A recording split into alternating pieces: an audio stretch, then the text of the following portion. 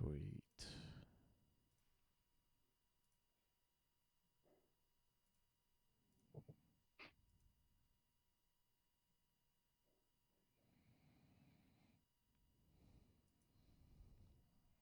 Cool. Oh, I like how Jake got in there. Jake is a legend.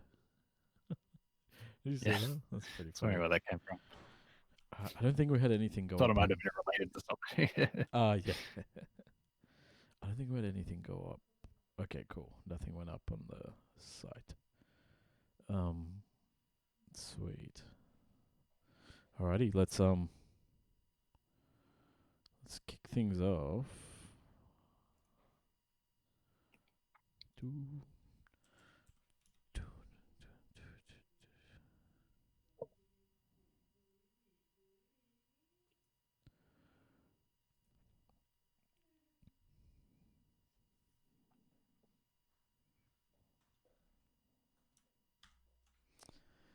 Hey. Hello everyone. Let's kick off another episode. You are now listening to Doublejump Radio. G'day everyone and welcome to episode 61 of Doublejump Radio. I'm your host Abir and I'm joined once again by my co-host John. John, how are you, my friend? Kind of tired, but otherwise pretty good. Pretty relaxed. What about you? Yeah, same. Tired, but I'm tired from using my brain too much. I think sitting in a chair. You're actually tired from doing real work out in the field. Real in quotes, but it's like I have like a job that's like physical labor a lot of the day, so that's why it's very much physically oriented. Hey man, get your steps in. Too much, like because I have like a watch that tracks. Oh, it's on charge, but I think I got 30k steps today, and almost 40k yesterday. So it's a lot of walking. Hey man, that's good. That's actually very good. I think maybe I should get like a treadmill, like a mini treadmill under my desk, and just like a mini hamster wheel. So I just move my feet. I don't know what else to do really. Yeah. Get a standing desk. I heard those good. Yeah, I think I'm gonna have to get a standing desk just to change it up a little bit. But let's I don't know. Let's talk a little bit about what's been going on. I just wanted to say, if anyone at home's a Prime, like John, did you know about are you an Amazon Prime member? No, I'm not. Okay, because I was gonna say there was Amazon was giving away like a bunch of free stuff. Like you could get like the Mass Effect Legendary Collection and Grid Legends as freebies for Amazon Prime Day over yesterday and today.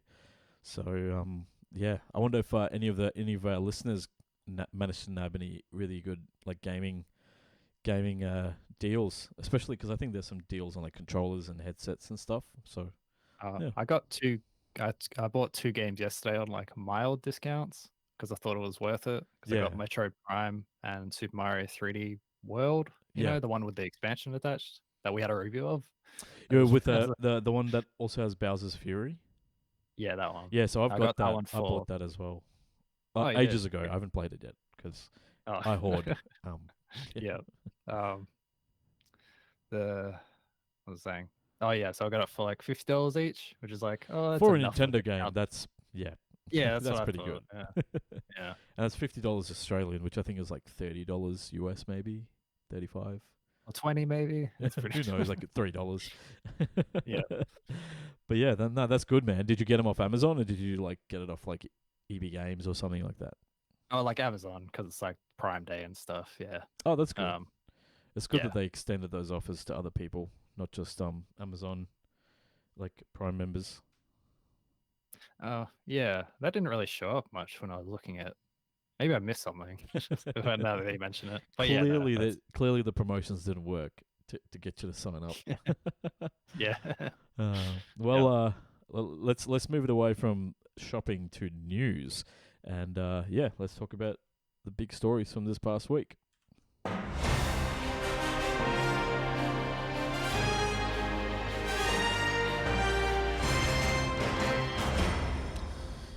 guess the we've got a couple of release date announcements from last week. The first one, which I feel like happens every single time we discuss any main news topic, was that Sony Santa Monica Studio announced that God of War Ragnarok is going to be releasing on PlayStation 5 and PS4 on November 9th this year.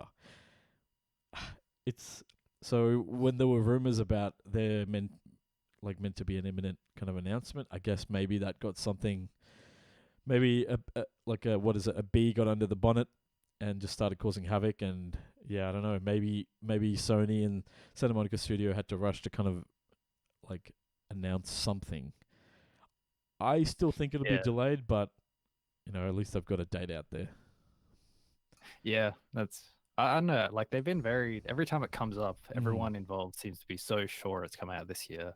Yeah. So I'm expecting it to, but I also expected that from Starfield, just because they were like pushing the release date so hard and they were like so far out. It's like, okay, they have to know that it's coming out soon, and then it got delayed anyway. So I don't know. I wouldn't bet on either, I suppose. Yeah. Like I wouldn't be surprised if you're right. Yeah. and alongside the official announcement, Sony Santa Monica Studio also released the father and son, I guess, I don't know, is it CGI cinematic trailer, kind of showing Kratos and Atreus. I think it's Atreus, right? Yes. I don't remember. Yes, it is. I'm thinking of Hades. I don't know, I'm thinking of for something. Sorry, that's terrible. I shouldn't be. I should know my mythology by now. Though to be fair, Kratos he's meant to be from Greek mythology, so yeah. You can there are only like 6 characters in that game, so. But yeah, basically showing. It looks like it's a couple of years on from the 2018 reboot of the God of War series, where Atreus looks like he's like I think more of a teenager now. He's a little taller, looks a little bit more older as well. And I guess I don't know. I think it'll probably get delayed to like February or March, because I feel like that tends to happen a lot nowadays. But hey, at least we've got a release date now, and if it is November, then hey, that'll be great. That could be a great game for the end of the year, because I don't really think there's anything else huge. Yeah, I was about to say, it's like they've definitely got that part of the year sort of cleared out for them. Yeah, if they're able to land it. Yeah. And the other big announcement, for a game release date is Forspoken, which is that Stranger in a Strange Land. It was like this. How should I put it? It's like Final Fantasy meets Doctor Strange in a weird way. It's like okay, I was gonna say isekai. What was that? Sorry.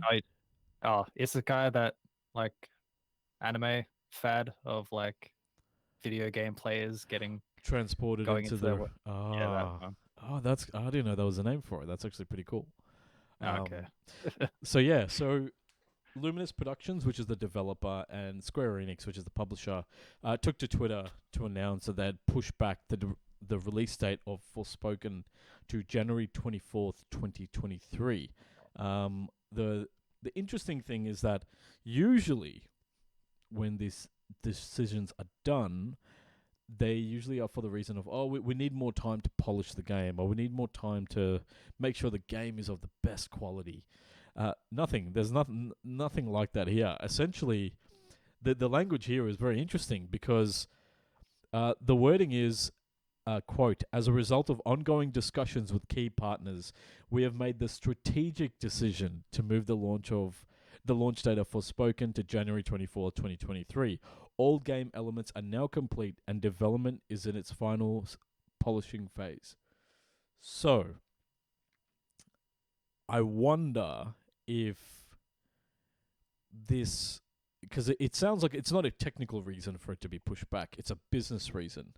I wonder if the announcement of God of War, like this happened, I think, the same day, right? Oh, did it?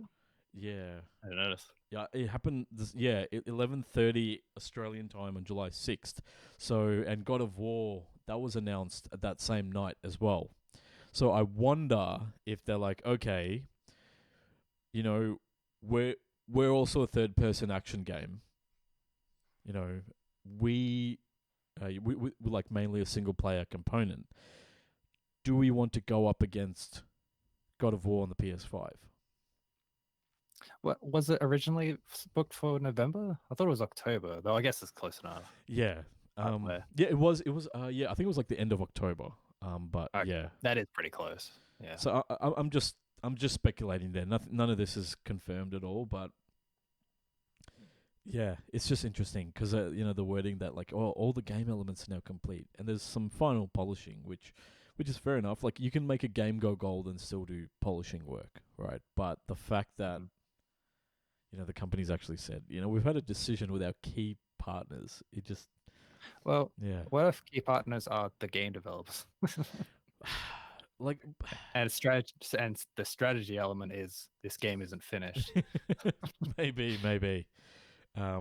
Yeah, all game elements are there. So there's a HUD, there's a character, there's a soundtrack, but maybe the game doesn't quite run properly. I don't know. I mean, you have the music ready yet. Yeah.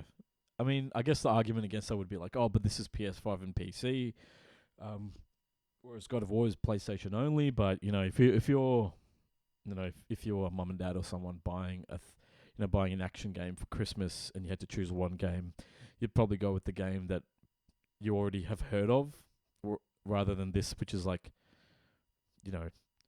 it's technically a new franchise. Like it's a new original title. It's not based on like a Final Fantasy or something else that Square Enix already owns. So maybe that is a big part of that decision. Just well, actually, now I think about it, like because it's just for next gen, right, or current gen. Yeah. Yeah, it's like maybe it's the idea is that it's going to come out after the holiday phase where the consoles available. Gotcha. And also, I feel like January is actually a nice period for this game. Yeah. Where it's probably going to be somewhere in the mediocre to pretty good territory. Because I'm hoping it's good. Because like I was talking about like Infamous last week. Yeah. Because of the Sucker Punch announcement. And it's just like, man, I could really go for another game like that. And this game looks like that. Yeah. No, it's like, I really wouldn't mind it. Like in January is like that time period where it's like, oh, there's nothing big coming out right now. I'm kind of in the mood for something chill and exactly what I want it to be. Yeah, and if it's PS5 only, holiday period, why not wait to see how many more PS5s are out there after? Because like obviously the holiday period in America starts from like November with Thanksgiving, so maybe and even down here in Australia, like Black Friday is becoming a bigger sales event every year. So I guess it would make sense, try and make sure that maximizes the player base before like the end of the financial year for American companies, which is, I think American and Japanese companies go their end of financial year is March. So January 24 would be like the end of the first month of that quarter, and it gives them February and March to like measure sales, and then they would have the excuse, oh well, the reason why January sales were low is because we launched at the end. Maybe that's a cheeky way around it, but maybe I'm just reading too much into it. Yeah, I don't know. It's like I don't know. I like saying it out loud. It's like, oh, I could see the next gen console thing making a lot of sense, especially considering there are so few next gen only high budget games in the first place. Like it's like oh yeah, and it's like after a whole like half if there's like that many new ones, the attachment rate would be really high. So they'd be probably more willing to buy new games. I feel like Ghost of Tsushima might have been kind of a similar deal. I mean, not in that it was like a new console because it came out on PS4. Just I don't know. It kind of has a similar vibe to me, where it's like, oh, I know exactly what this game is. Yeah, because like, it's comfy to me. What else is a current gen exclusive? Like, I can only think of Demon Souls. I don't know. PS5's had Demon a few Souls with like remakes. Returnal and that didn't go to PS4. Ratchet and Clank and Ratchet and Clank. Yeah, they had a few early on, and they haven't had much for a little while, I think. Yeah, because we haven't had like I think maybe Ratchet and Clank was the last one. I can't think of I one. think Returnal was the last one. Oh, okay. Oh, and like Ghost of Tsushima had its director's cut, and I feel like I'm forgetting a few Yeah. because Returnal was in May last year, probably. So it's been a while. Yeah, it So has. I don't Yeah, know. because Ratchet and Clank I think was like early in the year as well. Yeah, I think it was in January, maybe. Oh, I Mm. don't know. Yeah. Yeah, either that or like March, like something around the early part of the year. So yeah, hey, this would be great. You know, PS5 owners probably, you know, the ones like as they're going to be more of them, maybe they'll be happy that they get a game that they couldn't have just gotten on their much cheaper PS4. Yeah. Yeah. Oh well, we'll leave it there and let's move on to the next story because this one's going to be a really important story for the local gaming industry at least. John, tell us about what's happening in the world of game preservation. Yes. Untitled Goose Game from actually forget. Oh, House. That's Yep. right. Yes. Um, it's come to an agreement that the game will be acquired by three kind of historical museum sort of entities in Australia. So this includes ACME, the National Film and Sound Archive of Australia, and Powerhouse or the Powerhouse. So to kind of run through those, ACME is like formerly known as the Australian Centre for the Moving Image. They're Australia's National Museum of Screen Culture Film. Is that right? I don't know. Yeah. Screen culture film focused on TV, video games, digital culture, and art. The National Film and Sound Archive is the Australian Audiovisual Archive established in 1984. So it kind of does what you think. They kind of collect and preserve and maintain like film, television, sound, radio, video games, etc., etc. Just everything you'd think they would. And then Powerhouse is short for Powerhouse Ultimo. They're a contemporary museum in the heart of Sydney that focus on arts, science, innovation, and design. That's pretty cool. And yeah, so it's like three organizations that have a experience and real skill and like focus on preserving art Yeah. for what it is. And you haven't heard that much about games yet in that regard. Like it's happened in the US, but it's new here. So this acquisition includes the game's creative development materials, documentation, and earlier versions of the game.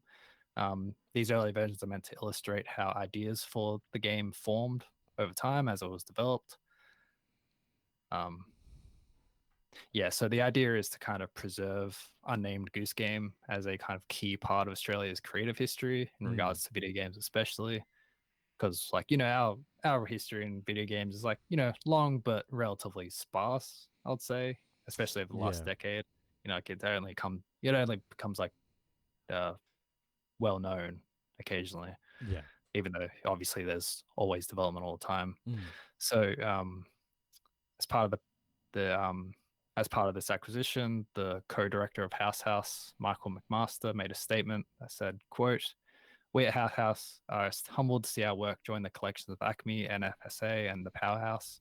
As game developers, the question of video games longevity and fragility is important to us, so we're surprised and grateful when these institutions offered to collect Untitled Goose Game. We're glad to know that it will not only be playable for years to come, but that an understanding of its development process and cultural context can also be preserved." It's I'll just finish it off. It's heartening to see our game join the rich histories of Australian media and design contained in these collections. We feel our goose is in very safe hands. So yeah, kind of like I think I kind of rounds it off.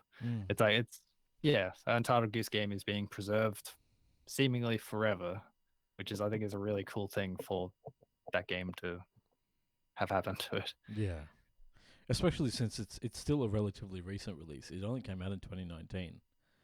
Yeah, it seems like ages ago now, but yeah, that was a pre-pandemic. That's a historical record from before the pandemic. Yeah. Wow, this is so cool. Now I'm really super happy for for the House team and super happy for the three institutions as well as I guess like generations of gamers and like like Australians for years to come because as we've seen with the Japanese game industry, so much history is lost. Like source code, like concept art and things like that. Like the whole artistic side of game development gets lost, and it's great that they're preserving this. And who knows, maybe future game developers, starting out in Australia, will be able to kind of reference these materials and learn from it and create their own successes in the future, which will only strengthen the Australian industry as a whole. Yeah, that'd be cool. Like it makes me wonder. It's like the only other game I could think of off the top of my head is like Hollow Knight. As I think it was made by Australian. Yeah. Yeah, it was. Yeah. I was thinking it's like, oh, could that be a Kiwi game as well? But yeah, it's like I'm not sure there's too many games that are available for this kind of acquisition as well, because House would have had to be fully own the had to IP. fully own. Yeah. Yeah. And like I think Cherry, I forgot their name now. the team, the two people that made Hollow Knight, like I'm sure they're in a similar situation. Yeah. So it's like, but it'll be, excited to see more of this. Yeah. Basically. Nah, definitely. And it's only the only way's up from here, which is awesome. Yeah. so happy for that. Well, another piece of I guess important gaming news is that the ESA has officially licensed the E3, so the Electronic Entertainment Expo, the kind of the gaming Christmas as we've called it within Doublejump for the past few years. It's the peak. Well, once upon a time was the peak industry event for video games, and it's I don't know how to say it. Like the pandemic's really, like E3 was already in a very kind of tricky situation because there were a lot of companies pulling out from E3 and not seeing the relevance of E3, and like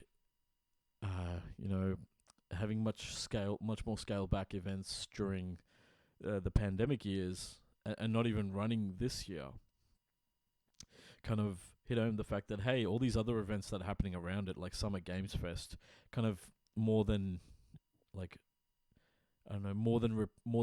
replace E3. But for people like you and me, who've been following the industry for so long, like E3 is like just something that you always look forward to every year, even if sometimes the announcements are very underwhelming. Is just that it just come June, that there's going to be heaps of announcements, heaps of new trailers, heaps of news from the industry, and yeah. So essentially, the Electronic Software Association, which owns the E3 IP or the rights to E3, and who has been hosting the convention since in its inaugural year, I think might have been 1994, 95.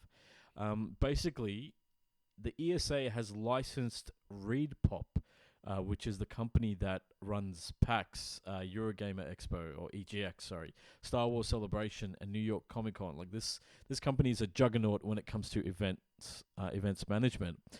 Is now going to be taking over hosting duties for E3 going forward, starting with next year's event.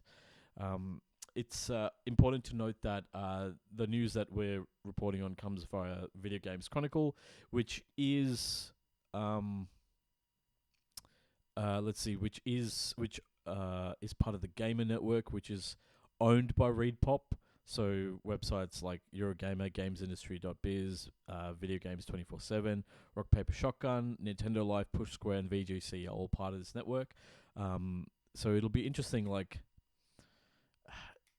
you've got now, it's kind of like in a roundabout way, the ESA is now fighting back. So like E3 used to be 100% necessary because there wasn't an easy way to get the news out and to get all these people in the industry in the same place. But now that, like, over the last decade, like, since companies like Nintendo, pioneered the direct-to-consumer format of just hosting their own streams and their own events without needing an E3 or anything like that, it's kind of made, I think, like, it's taken the control away from, like, the ESA and, like, the media in a weird way. So now the fact that the organizers of E3 also own communication channels, like, maybe that's their way of fighting back kind of the publisher's own events. I mean, I'm sure there's like some conflict of interest there somewhere, but I don't know. What do you think about the return of E3 through like a company like ReedPop. Well, it's like from like I'm not fully aware of the kind of conference or what do you Mm. call it, like expo scene, just because I'm a hermit who doesn't really want to go to any of them anyway. But like, it's like I think like the fact that it's like ReedPop are behind PAX and EGX, and from what I know, those events are like pretty successful and well liked. Yeah. It's like that makes a lot of sense to me, and like them being like so, I don't know. It's almost like it's kind of setting up ReedPop to just kind of take over the whole situation Yeah. themselves In eventually. pop culture. I kind of, Yeah. yeah, it's Oh, like you they've mean already got their over? own You mean stuff. over E3 in the future? Like just Yeah, completely so I mean, like separated. I know they can't own it and everything. It's Yeah. just like it does feel like they're kind of The first the step. maybe like I mean more as in like they kind of what are ESA doing here? Like for, like ReedPop seem to know what they're doing already. Which Yeah. like in terms of like I think it makes me think that it's like okay, this is probably gonna work pretty well then. I kind of trust this event will be what previous E3s have been able to manage on more or less, Yeah. or try to be, you know. Yeah. The important thing to remember is that traditionally E3 has been was always an industry event that was more. It started off more as like a conference for like retailers and developers and studios and publishers, so that it's more like an insider event for people within the gaming industry to make connections and make deals and things like that. And then obviously as the reporting, the press and the news outlets started reporting on it, it became more and more consumer facing until a point a couple of years ago where they basically started having days giving the public access to their show floor. Traditionally, E3 has always been like, okay, the demos that are held, the games that are shown off are for like direct to the press or direct to like, potential buyers and publishers and things like that. So I think with events like Gamescom and PAX showing that like a B2C or like a company to consumer model really does work, and that E3 kind of being like a half event. I think the ESA bringing on someone like ReedPop that knows how to do like a fan event and really capitalize on it, that'll really like help. But then the problem then is that then what does E3 function as? You know what I mean? Like, is it just going to be like another PAX? Because we already have PAX Prime and then PAX East, right?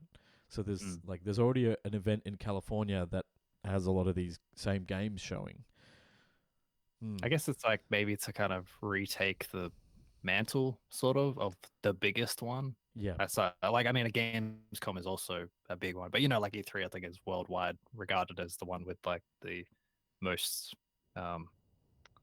noteworthy announcements and news in general. Yeah. So it's like I feel like maybe that's just the idea, is to just rebuild it into because like it's not like Summer Games Fest is really taking off in that sense, like because it's not really trying to be. But I'm just saying it's like there's time to regain that stature if you approach it appropriately, which I think ReedPop kind of know how to do that from their back, like how they've run stuff previously. Yeah. And yeah, you're right. Like they've become so consumer facing anyway. So it's like I guess ESA are just leading into it as well.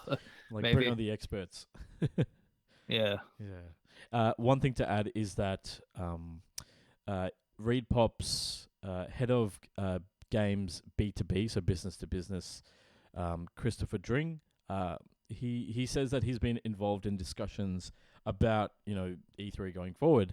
He said that the company will continue to, I guess, foster, quote, everything that takes place during E3 week, end quote. So kind of, I guess, hinting at the fact that all those, secret meetings between companies, all those connections that are formed, all that networking, all those demos and presentations are still going to happen, or like all the press-facing events and everything.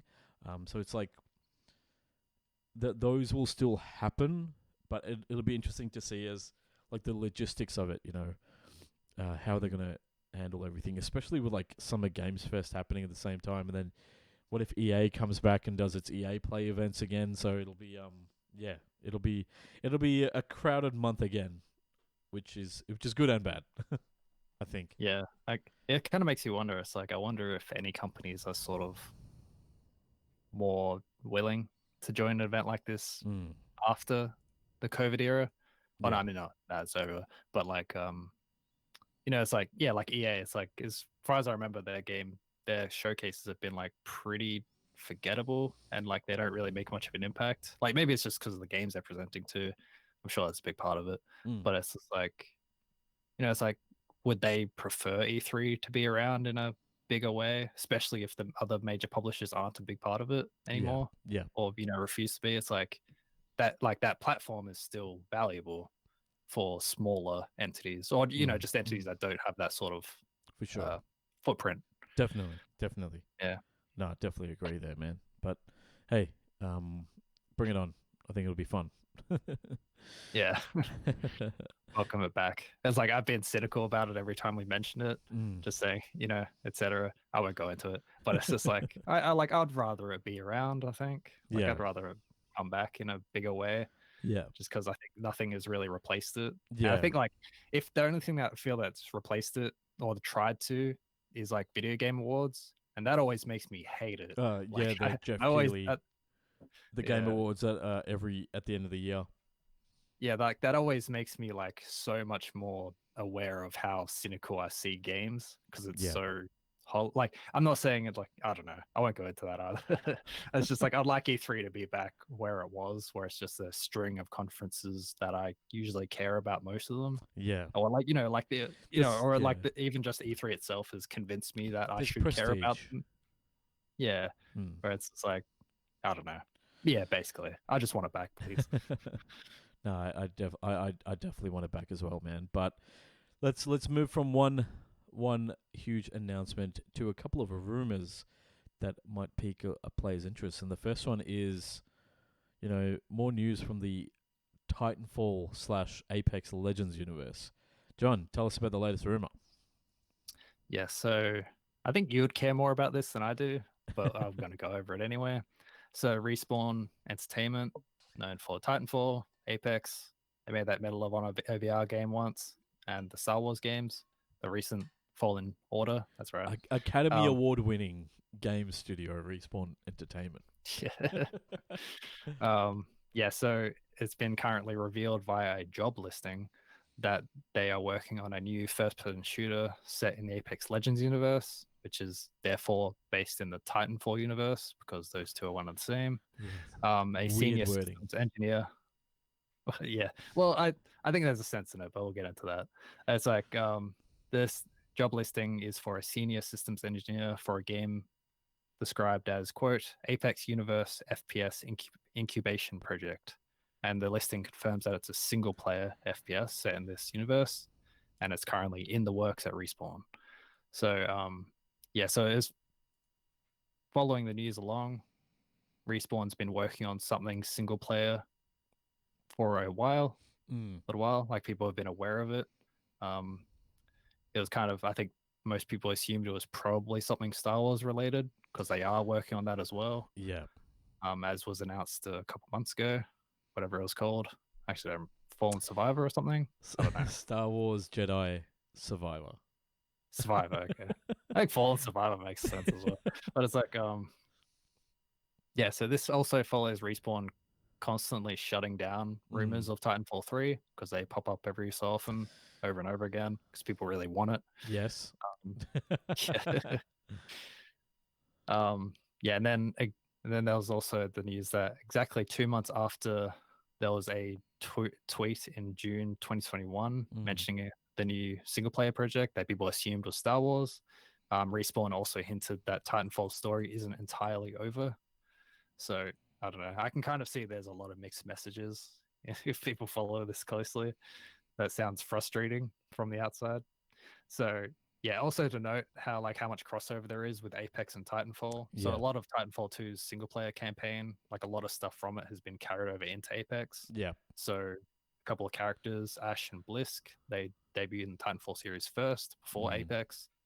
And the character Valkyrie, her father was a antagonist, like a villain in Titanfall 2 True. Yep. single player campaign. and yeah, so there's like already like a bit of crossover.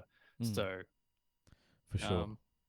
yeah, so it's like basically they seem to be leaning further into the Apex side of things than Yeah, Titanfall. which is a shame because like the Apex Legend, like Apex Legends lore, the Apex Legends gameplay and everything is great, but Titanfall, like Titanfall 2 is like considered one of the greatest, like one of the best playing multiplayer shooters ever, and I wholeheartedly agree. Like the sense of movement, the sense of speed, the sense of scale, the gameplay, even the shooting gameplay is fun as well, and like kind of mix between mech gameplay and the pilot gameplay was so amazing that yeah, like I really am hoping for a Titanfall 3. Yeah, like it does make you think though. It's like Titanfall never did well enough as a series, at least Yeah, by EA standards. yeah, And it's like, like Apex being such a hot commodity mm, ongoing. yeah. It's like it does seem like there's a chance of just doing Titanfall again, but calling it Apex, isn't there? That's yeah, that's you're right. Um, Though, I mean, it's a slim chance. I mean, if you're using the name, you probably have to make it a bit closer to Apex. But I don't know. There's so much crossover there, and yeah, people who follow it closely are so aware of it. yeah, like they've got the same a lot of the same weapons. Like Apex Legends takes place, I think, like 30 years in the future, or like 15 years in the future. So it does take place in the same universe, and there is lore crossover there. So who knows? Like maybe Titans will come back, and now it'll become a tournament of Titans. Yeah, like imagine if it's like just the whole Apex single player thing, and then the multiplayer is Titanfall. Yeah, that I know, I actually can that kind would of be see pretty that. cool. Yeah. Yeah, Maybe they'll test it out by bringing Titans into Apex Legends and just to test out the game, like just to test out whether people like it. Like the how should I put it? Like the new, like the people who are coming into the Titanfall universe via Apex Legends, like because many of them probably didn't even know what Titanfall was. So yeah, maybe they're yeah, just like, or maybe they'll test the waters that way. But either way, let's bring on Titanfall 3. That's what we want. yeah. I've barely touched it, and I would still like it to exist. I think. Awesome, man. Um, And yeah, the next story, bud. yeah. The less fun one, the Ukraine-Russian invasion war. That seems to be the main reason why the GoldenEye 007 remake has not been announced or come out. So, according to Giant Bomb's Jeff Grubb, he reported on this earlier this year, saying that the announcement was imminent. The project is currently, quote, in limbo because of the war. Eurogamer supported this with their own sources. They kind of they backed it up, saying it's accurate according to their sources as well. So this follows. This is like, aside from this is following like the near confirmation that the game even exists in the first Yeah. place, because towards the beginning of this year there was like a list of achievements and screenshots for the game that appeared on Microsoft servers. Yeah, like on So that actual seemed, Microsoft servers. yeah, so it seems hard to ignore that it's okay. This is a thing that definitely exists and has been made, but Yeah. it's like very similar to Advance Wars 1+2 Reboot Camp. I think that's the whole title. Yes, it is. Good. It's like Good. very much. Well done. I'm glad you praised me for that because that's not going to happen often. So a similar situation, just stuck in limbo, while the Ukraine situation just kind of casts a Mm. unpleasant pallor over both games.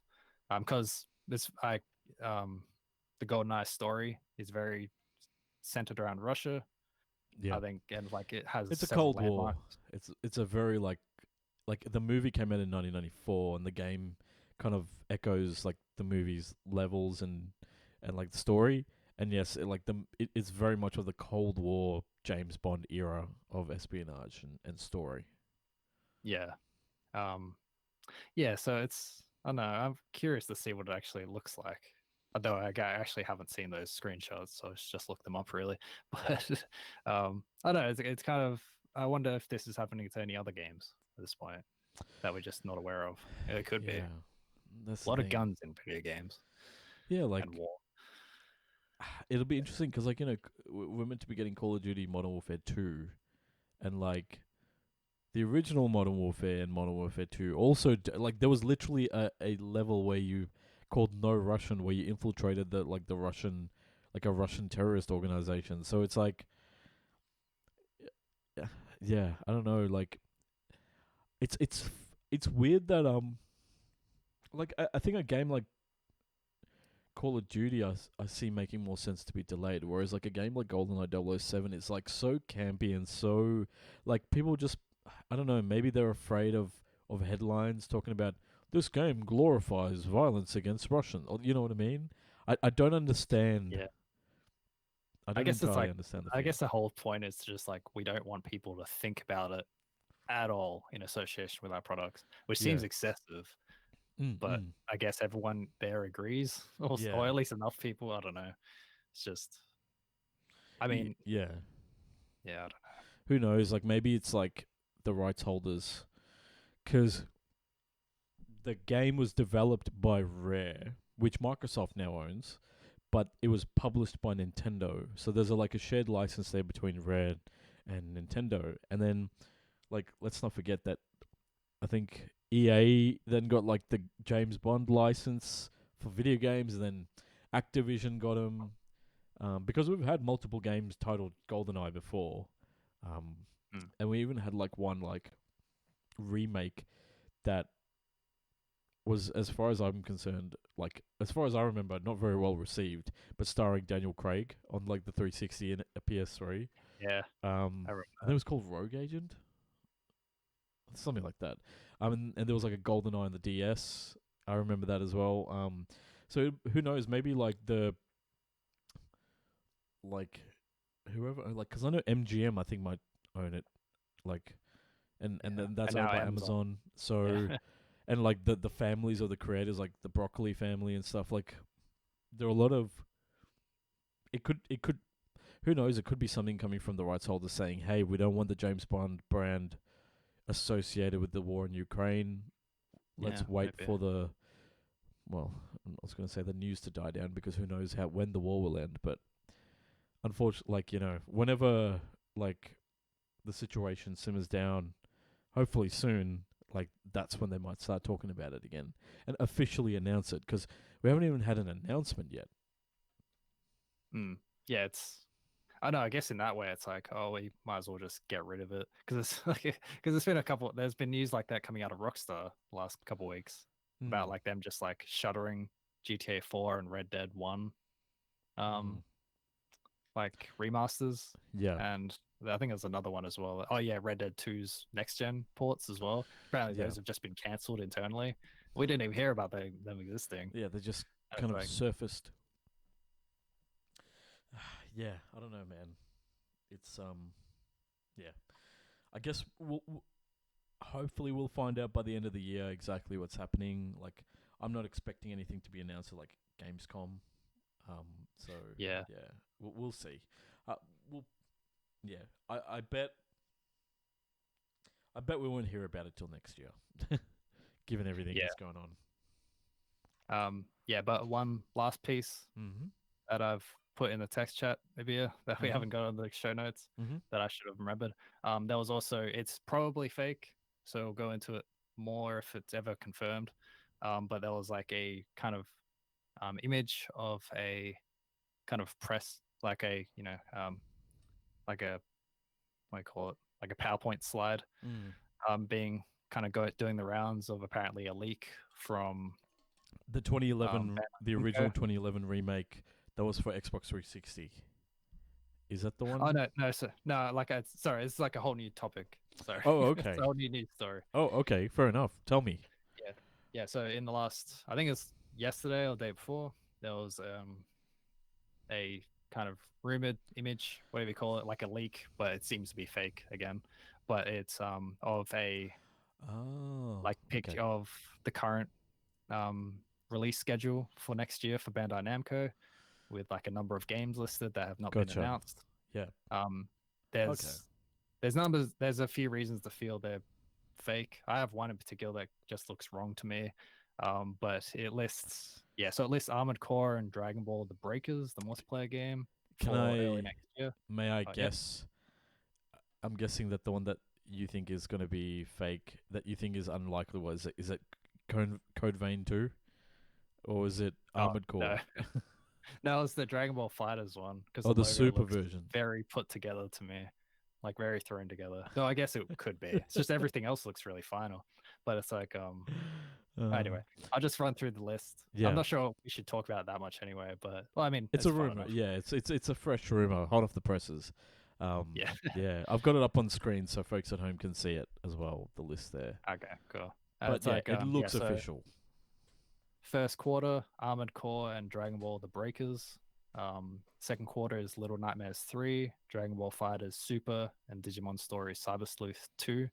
As far as I know, I think this list is actually a pretty good case to make for all being fake, because Little Nightmares developer has since been acquired by a separate company that isn't Bandai, and I feel like there's a pretty solid chance they wouldn't be able to get another one in the works right away when that Gotcha. one came out like a year ago. Yeah, Dragon Ball Fighter Super, it makes enough sense, but I think that logo is really like it. They took the Super from the anime logo and just put it onto the existing Fighters logo. File, That's what yeah. it looks like. I didn't actually double check that, but that's exactly what it looks like to me at a glance.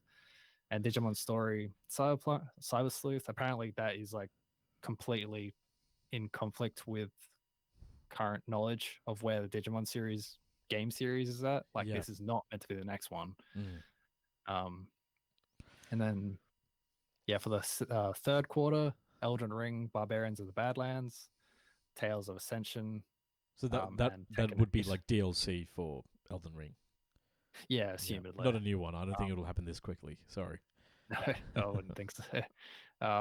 And then after that, in quarter 4 is Code Vein 2, One Punch Man Fighters Association, and Dragon Ball Xenoverse 3.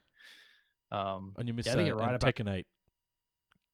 I think yeah. talked I think over that you, logo sorry. actually looks kind of close to what it would look like. Yeah. Like it looked convincing enough. That Yeah, one. it looks like that kind of Japanese calligraphy. Kind of that number 8 is very reminiscent of the strokes, like you'd expect from like a Japanese text. But yeah, I mean, yeah, this is a.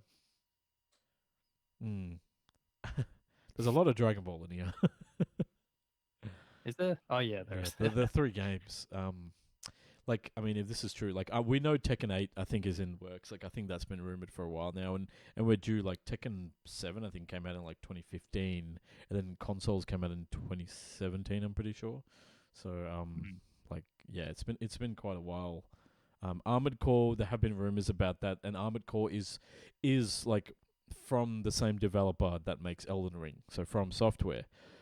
But Oh, that one's been straight up leaked. yeah, So that one we know exists. and the thing is, like, From Software is big enough now that they can have concurrent, like, multiple projects happening concurrently, which this would line up with in terms of what we'd expect. But yeah, I don't know. Dragon Ball Xenoverse 3, like, okay, question: with Dragon Ball Fighter Z Super, would that be like like a Capcom style re-release of the original game, or do you think it's a new game but instead of the original like anime depictions, it's going to be the super depictions of all the characters? Well, it already has a bunch of that, so I'm not sure. It's like, I know I could see that, but they haven't been working on it enough Yeah. at all. Like they've kind of had like an extra character, I think, in the last 6 months. That was like Yeah. very much a kind of repackaging. I think it might have just been in the costume. I don't remember now. But it's anyway. They have like they've been. I think it would make a lot of sense that they're working on a sequel. I have no idea what it could include because they've included a lot of fan characters in the fan favorite sort of characters in the DLC. So, but there's stuff left. So I know I wouldn't be surprised if that game exists. I just don't think. I think that logo being so half-assed kind of makes it feel like it's just that does not look right. Yeah. I think Tales of Arise, I think, was the last one. That came out quite recently to have another one already. Yeah. That's why I'm like, yeah, I don't know. It's Then yeah. then One Punch Man, the video game it already had was apparently bombed pretty hard, Yeah. and the anime series second season did not do well. As far as Yeah. I mean, it was like it's not well liked for Yeah. good reason. It's like it's not like I don't love the series or anything. It's just it's because I've read a bunch of the manga and Yeah. eventually gave it up. So I've read through everything that the anime covers, and Yeah. everything I've heard about people who have seen the anime are pretty dissatisfied with it. And I know exactly why, because after the first season, it completely drops off story Yeah, I wise and can everything. imagine. Like, didn't that So start off as like a webcomic joke? Like, didn't it start off as a joke and then became like a proper manga? Like, wasn't it a webcomic or something? no, it's like it was like a full webcomic, Okay. and then an artist kind of like a very talented artist is like doing an ongoing manga adaptation of it with like Gotcha. very high quality artwork. Yeah. That sort of plays into the joke of it. Yeah. It's just that the story itself also becomes less of a joke over time in a not great way. So I don't know. We can get it to another time. Sounds like But Thor. basically, the idea that Anyway. they're making another One Punch Man game Yeah. is kind of hard to believe, even Yeah. though I mean maybe, but Maybe they should make a Baki fight, like a new Baki game. Is there a Baki? I'd be There into has to that. be a game about Baki, right? It's like JoJo, where it got one like 20 years ago. It got like several 20 years ago, Yeah. and then like yeah. But as far as I know, there haven't been anything at all Yeah, 'cause, recently like- for a long time. Because the manga for Baki's existed before, but it's just that, like, it got the Netflix series over the last couple of years. Was there Yeah. an older anime as well? Yeah, there was. Okay, cool. It's like Berserk actually, which we'll Yeah. mention later, where it's Yeah. like it had like a one season thing a long time ago. Yep. And then it just kind of came back Came into back. resurgence decades later. Fair enough. No, but yeah, keep an eye on that. We'll, yeah, I guess we'll either we'll know whether this. I guess next week let's do it. We'll see if this is if this rings true or if this is like really convenient, like a really good Photoshop job.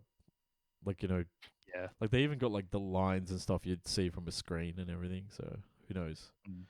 I feel like they've kind of I feel like everyone who would be able to like who'd care about doing a fake of something like this Yeah. knows exactly how to do it well. Yeah. So it's hard to believe many of them. But yeah, that's going to do it for the news this week. How about we take it over to the chit chat section where we can talk about what we've been watching and playing over the past couple of weeks.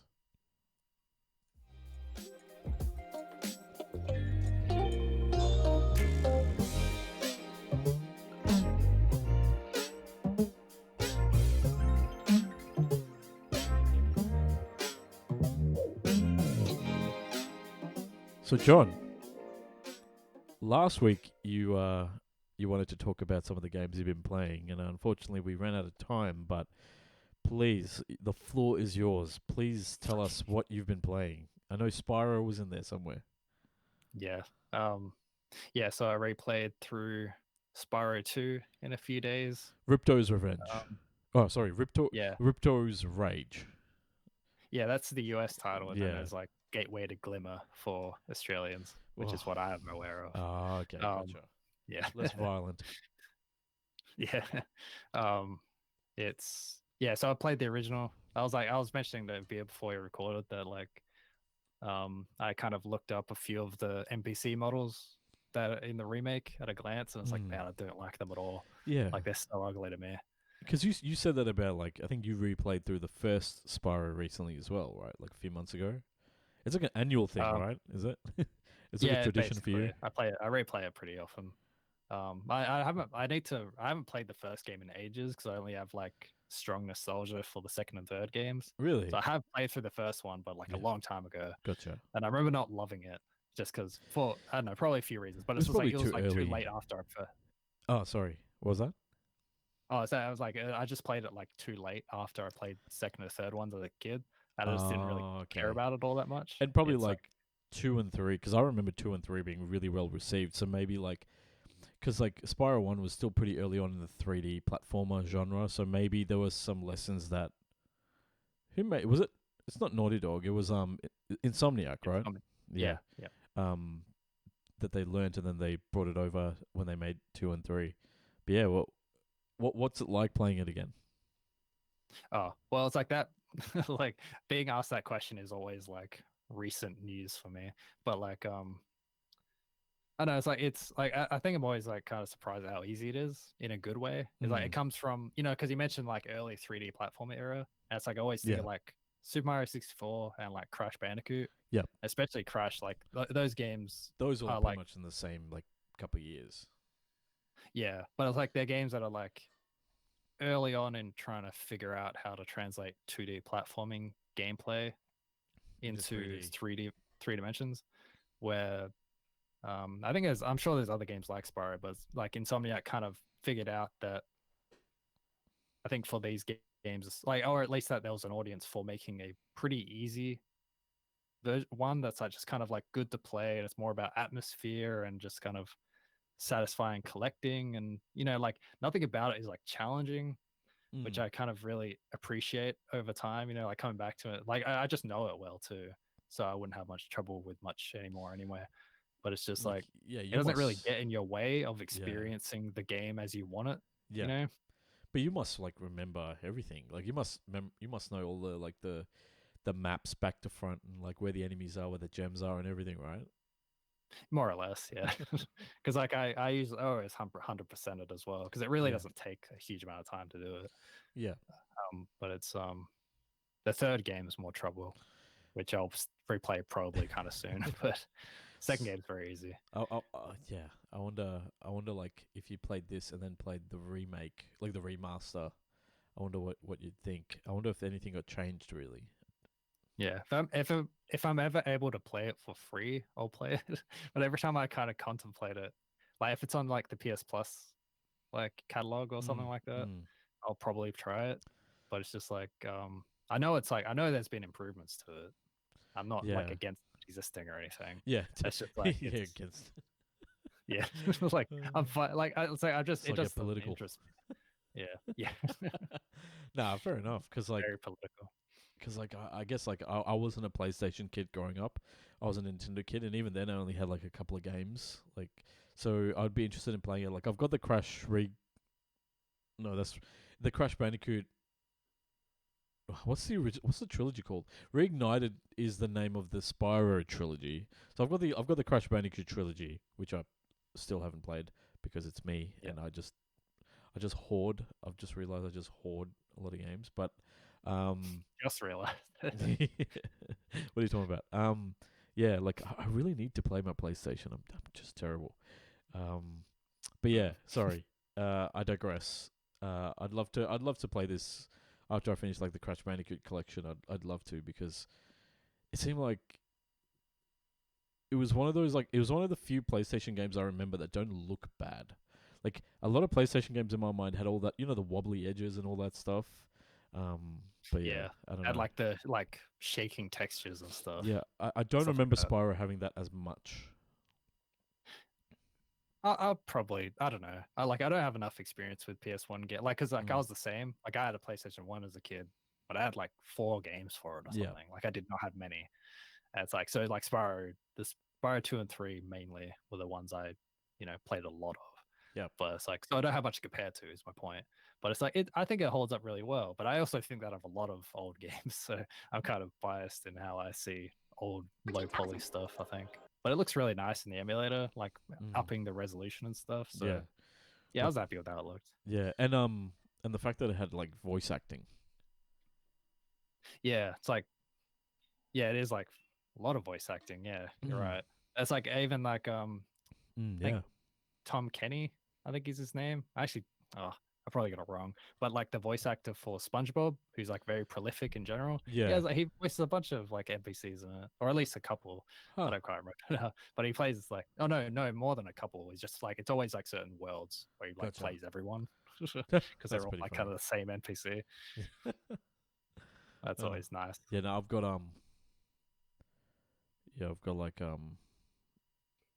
like some gameplay running in the background, like obviously through an emulator because it looks very clean, but looks cool. No, that's cool, man. Thanks for sharing, dude. As yeah, it's cool that you have like a tradition like that. It's yeah, maybe I need to find something. I need to finish games that I play normally, then I can justify it. I think Going back Well, to it's like I don't games. do that, and I still play Spyro. That's true. That's But true, man. it's like, yeah, but it's like, should I mention much else, or is that long enough? No, man, it's up to you, bro. Yeah. Yeah. I'll run through the other ones a bit, because I'm not really in the mood to rant about much or anything. But it's like I also finished Spider-Man Miles Morales because that was on the PS Plus service that launched recently. I wasn't super into it actually. I was like, it's a good, well-made game, which is also by Insomniac actually. Yeah. But Oh, yeah, yeah, that's true. So wait, yeah, did you get it through PS Plus? like the Spider-Man game. The Miles Yeah, Morales. yeah. Was it which tier was it on, is it just was it just Oh, free for the basic on the one? middle one. On the Oh, extra okay. So you upgraded to Yeah, I yeah. guess it would make sense because, like, you've got a digital only console, so anything that'll because you don't have to pay for the full digital price of the games. Like if Yes, this, very. yeah, That's why I was like excited about the service in the first place. It's like, oh, cool, I can like not spend $120 on a single video game. yep, Yeah, but anyway, it's like I was kind of surprised at how much I wasn't into it. I think that you I was like, weren't into it. Okay, yeah, like I wasn't like a huge fan of. I'm not a huge fan of much of anything, honestly. But I wasn't a huge fan of the first Spider-Man game. Like I didn't have any problems with it, but it was like, I enjoyed it fine. It's just like a lot of Sony games where it's like, okay, that was fun, move on. And it's like, but Miles Morales is like, I think it kind of pointed out a lot of the problems I had with it in hindsight, like with the games in general, because I'm sure it applies to the first game, just yeah, like dialogue and acting and just character wise. Yeah, because there was one thing that stood out to me, which I won't go into it because I did make a bunch of notes on my like game journal list, or I should have had it up already actually. A part of it is like I feel like it's writing and the way like especially side missions. I kind of had this realization because the first game's like side missions are generally really underwhelming, and like I think that's kind of true of a lot of games really. yeah, It makes me think that part like my takeaway from playing this, because like the side missions are more or less very similar in tone and quality to what I remember the first games being. And I think part of the reason it doesn't work is that like the side characters are like not charming and vibrant all that much because they really want it to feel like homey, like community based. They want to make you feel like you're like the neighborhood Spider-Man. But like okay. everyone you're interacting with are so boring and forgettable because they try to make them like more in like kind of normal. And Whereas like the first game, like you had like the kind of you had like kind of the investigative journalist, and you had this like specialists in different areas. Whereas this no, one, it's all like that though. okay, That's what cool. I mean. It's like this is the same problem the first game had, but I don't think I realized the problem I had with it until playing through this game, because it's basically just kind of like a mini expansion sort of thing. Like it's a full game, but it's it's very much based on the first game. Gotcha. And I was thinking, it's like, why is this game so forgettable in so many areas? And I think it's just because like the writing is so like mundane, and like the performances are so forgettable because everyone's trying to go for like oh, not everyone, like I mean the director and the writer, like just the whole direction of the game is trying to get you to feel like you care about this town in a more grounded way, like Okay. because it's based in like Queens, I think. Or Yep. no, not Queens, I don't know. That's what the first game is based. It doesn't matter. Did you play the first game? Did you finish that? Yeah, I did. Okay, cool. But you played that when it came out on the PS4, not the PS5 remake. Okay, cool. So, okay, so this is set where it's not set in Queens, right? Isn't it? Is it Brooklyn, or is it just like all over New York? It's the Harlem. Harlem. Maybe? Okay, cool. I think it's Harlem because it's about him, like Miles moving to that neighborhood. Yeah, which is a historically black neighborhood. Like in well, I don't know about in the Marvel universe, but in real life, yeah. No, it's super white in Marvel.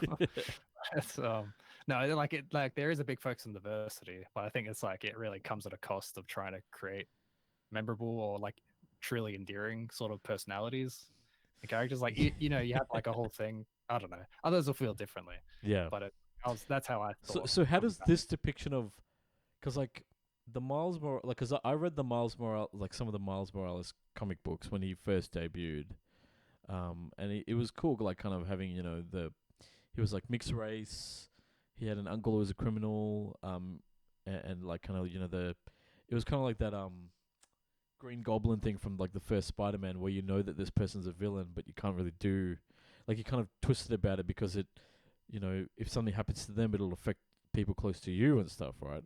So, how did you find this depiction of Miles Morales compared to like Into the Spider-Verse or even the comics? Well, you might feel differently about it, but I remember with the comics, especially early on, Mm. it was written to be like, because like the guy who created him, Bendis, like Yeah. Brian Michael Bendis, I think it's his name. He created Miles after that version of Peter died in universe. Yeah. He comes back eventually, but whatever. It's like, Of so course he Miles does. like kind of replaces him, Yes. but as like a 10-year-old or something. Yeah, he was really he was so super Very young. Yeah. Yeah, but like there was like a clear focus on trying to make him distinct from Peter, Yeah. and that distinction usually comes down to being less interesting to constantly like he doesn't talk like he can't do the wisecracking quips and stuff. Yeah, So he doesn't say much. he questions a lot of things about himself. That's what I remember a lot. Yeah. Yeah, like introspective. That makes a lot of Yeah, sense. For him, introspective. actually. Sorry. Yeah. But it's like he's not like a particularly memorable character in the same way Peter Mm. typically is, and Yeah. that's because they wanted him to be different, but they couldn't figure out anything else. Yeah, and especially because And I he's think meant to be younger, and yeah, like he's meant to be like Peter. I think he was in his like 20s when he died in the comics. I'm pretty sure. Yes. Yeah, probably. That's about right. But it's like yeah, so I don't know. Basically, I guess to get back to the point, I like this version of Sorry. Miles. Like about the same. No, it's my fault. It's like I like this version of him. I like him. Like it's like similar to the film. Mm. Like that version of him was great as well. I Yeah. think it was both very performance driven, Yeah, which is what comics always have trouble with. Well, It's like it always yeah. depends on the writer. of course. But it's like I think it's the same problem with like like Batman has a similar character, Duke Hudson, I think, who's Okay. like the Signal. He wears like yellow, and like I don't know, he's got a whole backstory. But it's like he has a similar trouble where it's like they kind of writers tend to, or at least the whole like house of like DC and Marvel could have trouble trying to figure out how to give them like a distinct personality and voice Yeah. as characters, which I think the games and films have less trouble with because they can kind of lean more on the actors as well Yeah. as having writing that's a bit more polished over time. Yeah, because like in the comics, because like comics, you got the art, like with moving image and with sound, like you've got a lot more visual and audio cues to work with. You've got intonation and things like that. Like there's only so much you can do with italicizing text in comics, or maybe putting a couple extra frowns, like a couple of extra lines, on a character's face. Like it is definitely much more limited in terms of what you can do. But I think also like from what I remember, I think that the Miles Morales comic books, they debuted. It was like the reboot, the ultimate. I think it was like the new Ultimate Spider-Man, or because I think it was like the alternate universe comics series. Like there was like Ultimate Captain America, Ultimate whoever, and then I feel like he had a very short run before he got thrown into the new like kind of cross comic storyline they had going at the time. Yeah, because I don't know, he's like one of like a few things that have been. Yeah, I actually don't know this fully at all. yeah, But I know like Miles among like a few other things has been like picked out from the Ultimate Universe because as far as I know, the Ultimate Universe is generally pretty bad in hindsight. The Ultimate Spider-Man part is the only pretty consistently good one. yeah, Like because that run is very highly regarded yeah, overall. yeah. And that Especially started the early chunks.